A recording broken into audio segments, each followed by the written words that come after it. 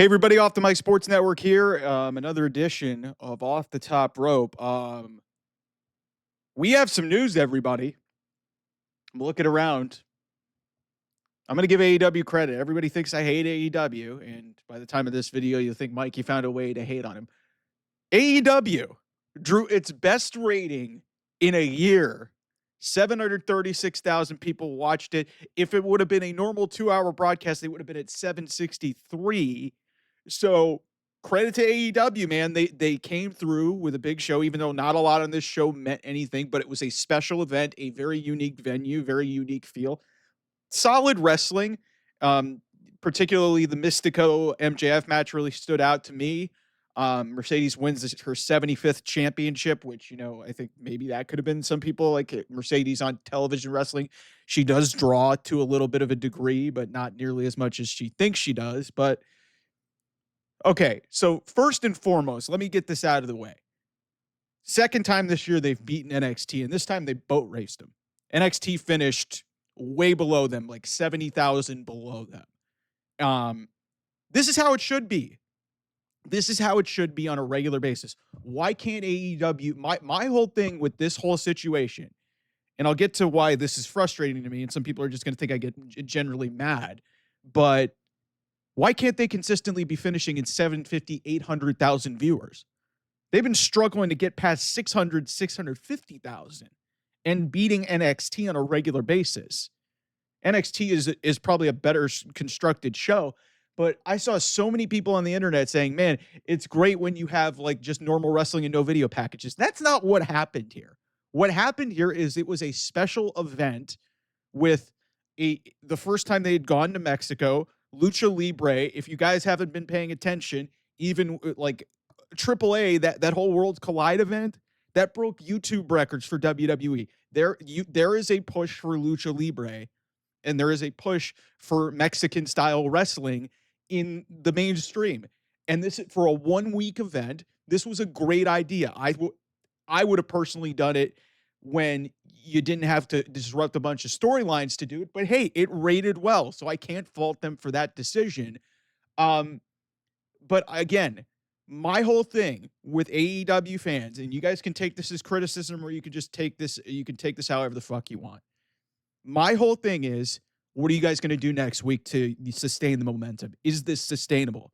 I think it is if they try, but if they're going to put forth the effort of just 14-man tags and just run a bunch of random things, pretty much anything was going to work in this show. For some of the hardcores, anything was going to work. Mainstream, it clearly generated some interest. They were going up against the College World Series, but the College World Series isn't going to necessarily pull a lot of people away. NBA Finals was on Thursday, so they didn't have a ton of competition, but that's not an excuse. Like they did something and they tried something different, and I give them credit for it. Like I said, it wasn't my favorite type of show, and from a viewership perspective, it just I don't know what the quarters look like, but hey, and what I heard, highest rated segment was MJF Mystico. Mystico's a big-time star, man. People love watching that guy. MJF is a star. That was a smart idea, putting those guys in the same ring together. And maybe they're going to look at that, and maybe this was their plan all along. Maybe they're going to look at that and put MJF and Mystico in a ring in Texas and do it again in like a mask versus hair match. So, like I said, this is absolutely a victory that should be celebrated by AEW. It's their best rating in a year. It looked really well. Their 18-49 was the highest it's been in a year. They were at plus 20. I think they were at 0.21. Like they did a good number here. My whole thing is, why can't you keep consistently doing that on a regular basis? So for any AEW fan who is just celebrating this and just being like, oh man, we beat WWE. Yeah, it shows that you can. Guys, let's see if you can sustain it for week over week and year over year, because this show has been consistently declining. Despite what Tony Khan's telling you, this show has been declining year over year, quarter by quarter since 2022, since the first quarter of 2022 when Cody Rhodes left. Just because you had one good show doesn't mean that everything is okay. That's my point here. Try to sustain the momentum. I said this with, I think it was the Boston show that beat whatever show it was. beaten NXT earlier in the year. It was by a slim margin, but they beat them. But you should be doing that on a regular basis based strictly on the talent and the resources and the money you are spending. NXT, even though it might be a better constructed show and a better produced show in a lot of different respects, in terms of like, some of the things around the wrestling, that's more of a developmental thing and a different type of a product because you have, some veterans there, but a lot of people who are performance center trainees.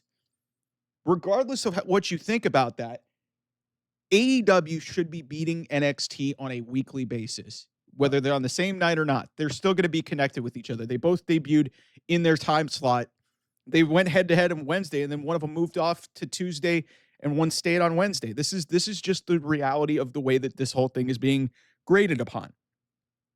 But shout out to Grand Slam Mexico. I was critical of the product itself, but I can see why it generated so much interest and it got a better rating than a lot of people were expecting. But everybody in AEW fanboy land or Tony Khan, I'm not going to be like this. Like, if you guys can sustain this and, maybe push towards the ratings you were getting a couple of years ago, then this is absolutely a turning point for this company. Until that happens, this is just a blip on the radar. That's not me diminishing what's going on here. Like, all I'm saying is have some standards. This was a specialty show, a Grand Slam show. Mexico Lucha Libre clearly is drawing right now. There was a unique venue. The first time they had been there, it's also on the road to a pay-per-view. But we're talking about this like they had a huge increase because they did a lot of things in a different respect, in a different setting that hit.